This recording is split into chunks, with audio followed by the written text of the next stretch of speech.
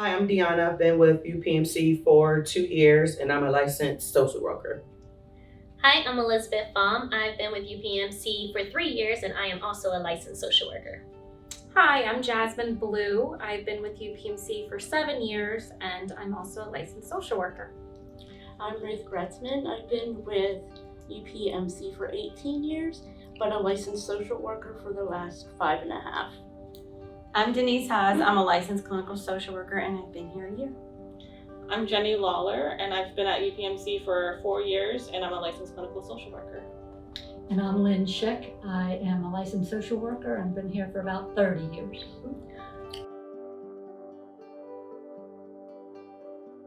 I went to Eastern University for undergrad and Bryn Mawr College for graduate school in the Philadelphia area.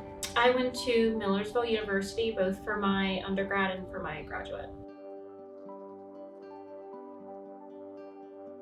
Oh, I love listening to music. It calms me down. Usually when I get at home, I'll read a book or play with the puppy. Go to the garden. Well, right now the pumpkins are growing. I have about 10 pumpkins. We have everything from raspberries, tomatoes, green beans, red beets, just a little bit of everything.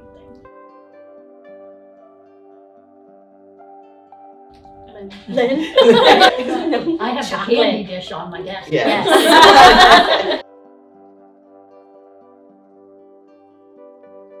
And Liz.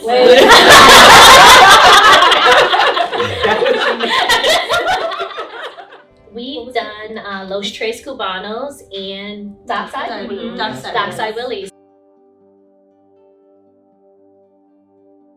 Yes, I've had a gentleman that had been living in his truck for about 2 years at a convenience store, and he recently, within the past couple weeks, moved into an apartment because the fund helped him pay back a previous debt.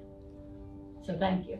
I had a cancer patient who was coming down from Perry County. She needed twice a day radiation with a 5-hour gap in between her treatments.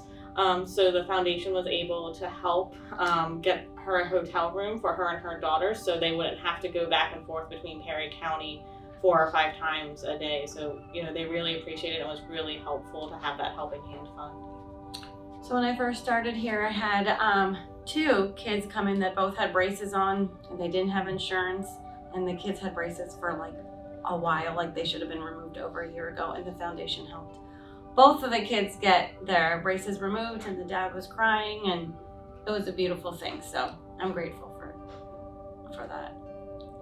Okay, so I work with our nephrology population, and hypertension is one of the big causes of kidney disease. So I was able to get blood pressure cuffs for my patients at the clinic through the foundation. So I had a patient who had a really bad wound. She recently had, or within 4 years, had a hospital bed mattress, and her insurance wouldn't cover another one. But she kept going into the hospital because of this really bad wound, and the other hospital mattress just was not sufficient enough. So the fund paid for another mattress for her. So I'm hoping that means she'll have more success with her wound. So it was really, really beneficial for Helping Hands to give that to the family. I am grateful for Helping Hands because I had a patient, I used to work in Annville Family Medicine, and she lived in Fredericksburg, cancer patient. She had to go to Mechanicsburg for her care, and I was able to use the cab voucher to get her back and forth until we were able to transition her care to Lebanon County to be able to utilize their services there. So I was grateful for that. I have OBGYN patients that miss many appointments. And then when I speak with them, it's just because of transportation. They don't know the resources that are tied to their insurance. So I'm able to use the fund for the taxi vouchers to actually get them to the appointment so we can do the face-to-face, we can do the applications, and get their transportation more stable, but using the voucher to actually get them in the office to speak with them face-to-face is perfect.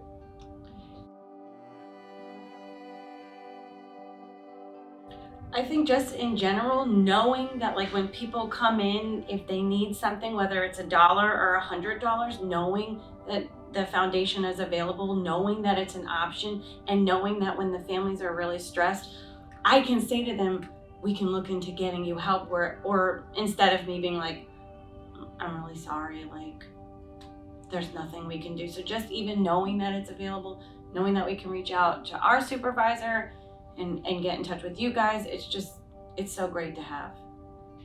I had a patient who was less than $5 on a diabetic medication, and they just didn't have the $5, and they just needed less than $5. So like that just went a long way for them just to get their medication, just so they could have what they needed, so they wouldn't be rehospitalized, so they would be able to stay in their home. So they were able to be independent and they could stay healthy. Like that $5 meant a lot. And I think the patients that I've helped, they're very grateful. You know, and I think, I don't know if they know that there are resources. I mean, it's not like we broadcast it, but it's like, hey, we can help you with this. And, you know, they're looking like, can you? And I'm like, yeah. And then once they receive the help, like they're very grateful for the services that, you know, that are provided for them. Yeah, I agree. I help with behavioral health patients, and just being able to get the medications that they need, just because, you know, insurances require prior authorizations or whatever the case may be, or they don't have the money to pick them up. Just having that foundation and just knowing that there are people who care about what the foundation does for this community is what is most appreciative. And I think the patients know that too when they receive that help. You can see it in their eyes, you can hear it in their voices. It's a blessing in disguise.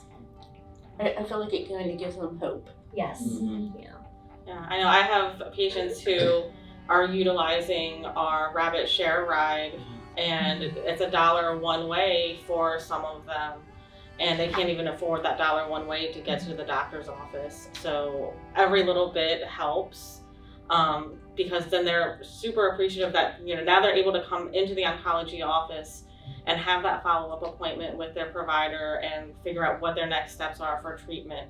Or if they're finished with treatment and they're just in maintenance mood and trying to figure out, you know, where am I now in my treatment? Or am I finished and I'm in that holding pattern of seeing, you know, is my cancer stable?